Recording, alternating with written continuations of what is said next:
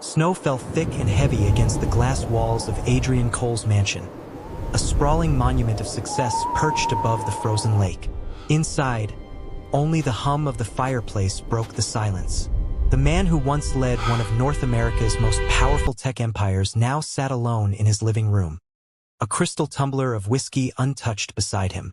He hadn't celebrated Christmas in 10 years. Not since that night.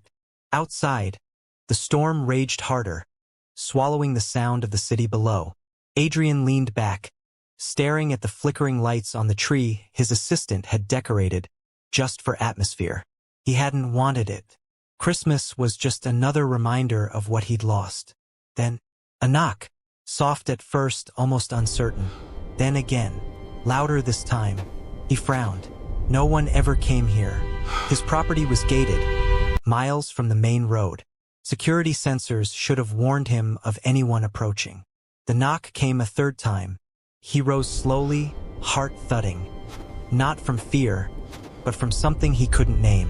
When he opened the door, wind and snow rushed in. Standing there was a woman, soaked, shivering, clutching a little girl wrapped in a pink jacket. "I'm so sorry," she said quickly, her voice trembling. "Our car skidded off the road. My phone's dead. Please, can we just use yours to call for help?" Adrian's gaze flicked between them. The woman's eyes were tired but kind. The child's cheeks flushed red from the cold. "You shouldn't be out here," he muttered, scanning the blizzard behind them. "There's no service for miles." She hesitated. "Please, I didn't know where else to go." He almost closed the door. Almost.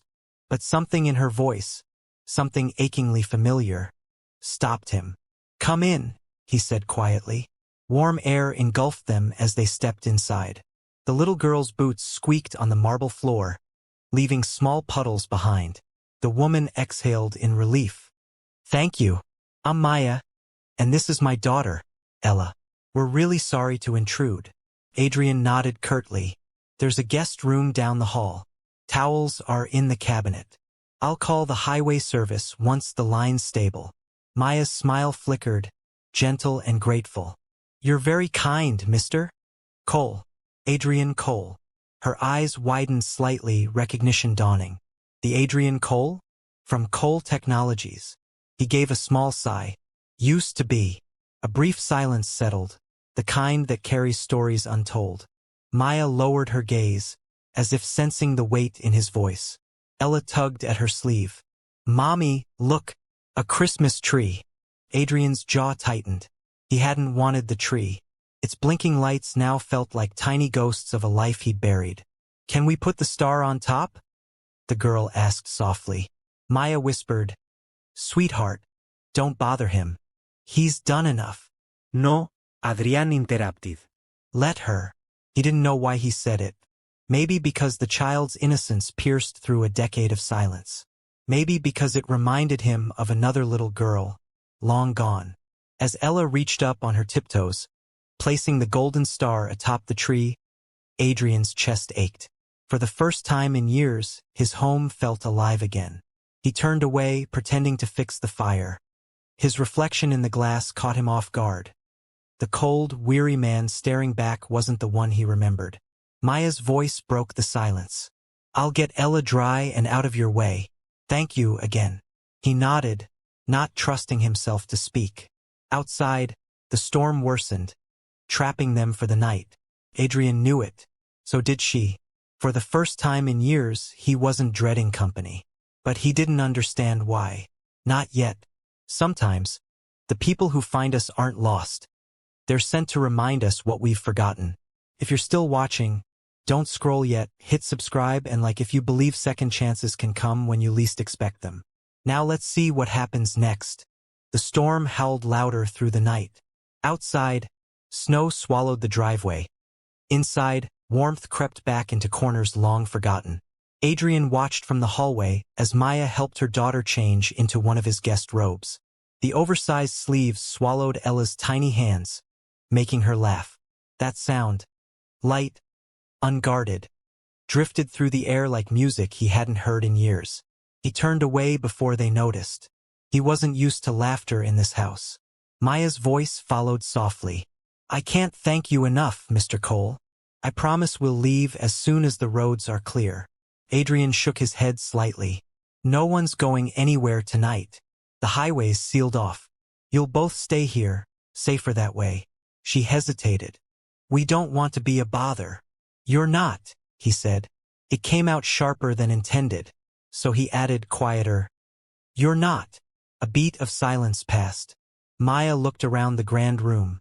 The high ceilings, the cold art on the walls, the sterile order. It's beautiful, she said softly.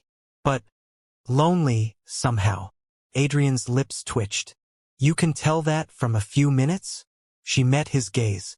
I used to clean houses like this. You can tell when a home's filled with life and when it's just walls.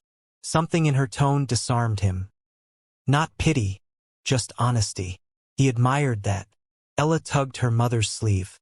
Mommy, can we make hot chocolate? Please. Maya smiled apologetically. Sorry, she loves cocoa. It's kind of our Christmas thing. Adrian blinked. There's cocoa in the pantry.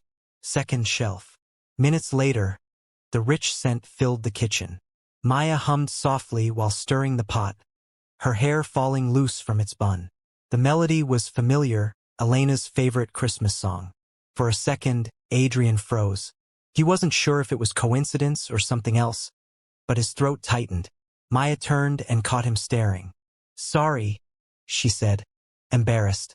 I sing when I'm nervous. He cleared his throat. You have a good voice. She smiled, a real one this time. That's kind of you to say. Most people just tell me to keep it down.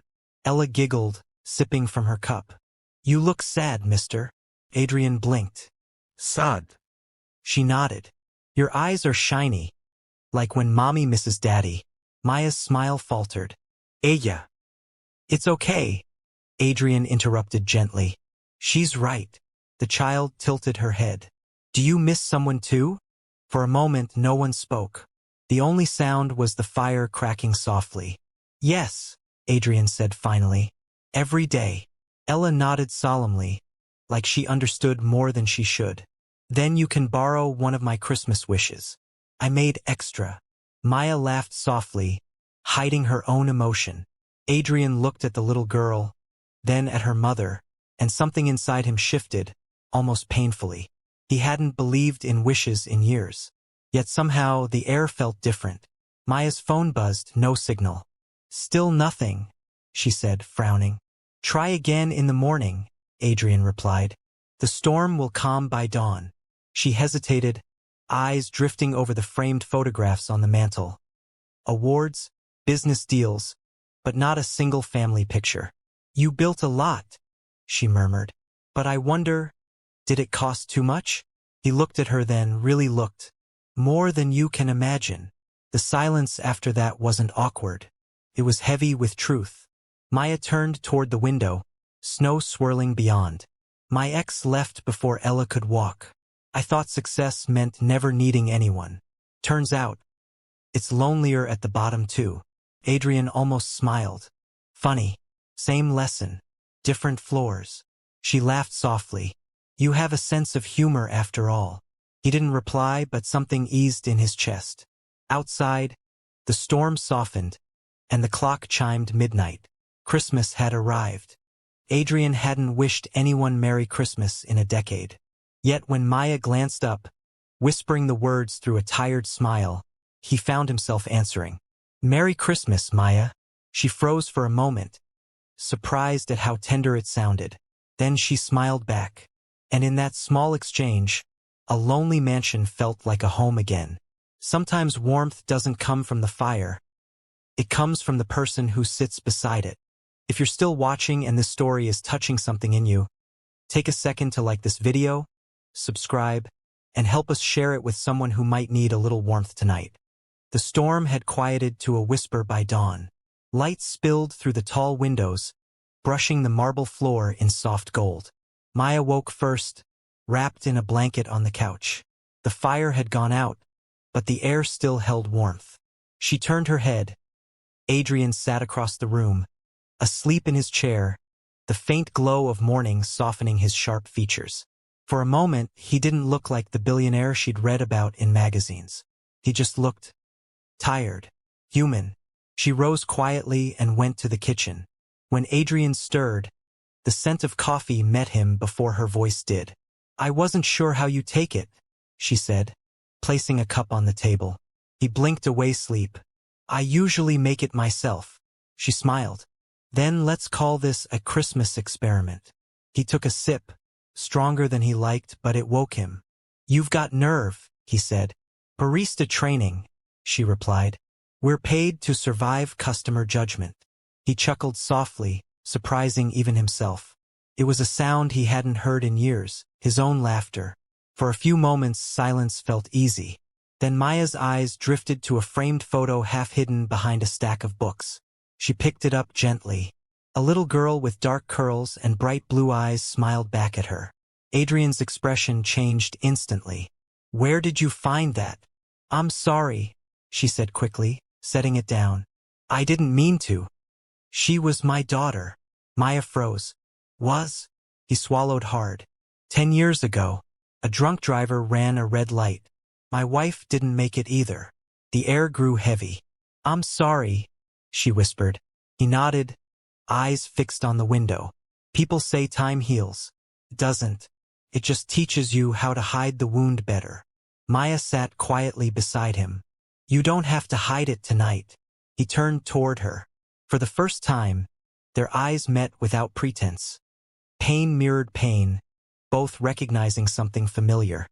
"I tried to bury everything that reminded me of them," he said. "Work, money, silence. But sometimes, silence screams the loudest." Maya looked down at her hands. "I know the sound. My mother passed when I was 16. I worked 3 jobs just to keep the lights on. Silence was the hardest part." He studied her as if seeing her anew, not as a guest, but as someone who understood. Ella's sleepy voice broke the moment. "Mommy?" Maya turned. "Yes, baby?" The girl rubbed her eyes. "Is Santa coming here too?" Adrian smiled faintly. "If he knows how to drive in snow, maybe." Ella grinned. "Then he'll bring cookies." "Mommy, can we make some?" Maya hesitated.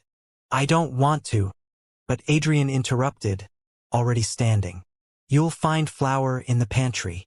And so, the morning filled with something rare, laughter, movement, the smell of sugar and vanilla. Adrian even helped, awkwardly dusting flour across the counter, while Ella squealed in delight. When she accidentally smeared dough on his sleeve, he laughed again. A deep, genuine laugh that startled them both. Maya looked at him, smiling. "You're not as intimidating as I expected." "Don't tell anyone," he said, lowering his voice. "It'll ruin my reputation." They both laughed softly, the moment lingering a little too long. For the first time in a decade, Adrian felt his house breathe again. He watched Maya tuck Ella's hair behind her ear, her face bright with warmth, and something stirred inside him. A feeling he thought had died long ago. That night, after Ella fell asleep, Maya found Adrian by the fireplace. "You didn't have to be this kind," she said quietly. "I didn't plan to be," he admitted. "You just showed up." She smiled. "Sometimes the best things do." A pause stretched between them, quiet, electric. Adrian's voice dropped. "You remind me that I'm still alive." Maya looked up, heart beating faster. "And you remind me that not all men walk away." Neither moved, but the silence between them said everything. Two people, both haunted by loss, finding warmth where they least expected. Maybe the universe doesn't send answers. Maybe it sends people. If the story is speaking to your heart, take a second now to subscribe and share. You never know. Your share might be someone's reminder that healing is still possible. The next morning came quiet and silver. The storm had passed, leaving behind a world blanketed in untouched snow. The lake shimmered beneath the sunrise, still, peaceful, new. Adrian stood at the window, coffee in hand, watching the horizon burn gold. He'd seen hundreds of mornings from that same spot, but this one felt different. The air wasn't heavy anymore. It carried laughter still echoing from the night before. Behind him, Small footsteps pattered across the floor. Ella climbed onto the couch, pressing her palms against the frosted glass. "It's so pretty," she whispered. Adrian smiled. "It's even prettier when you know someone's awake to see it."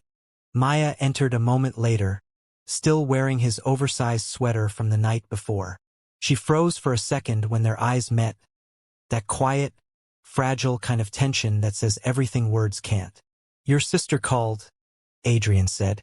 "The roads are open again." Maya nodded, her expression unreadable.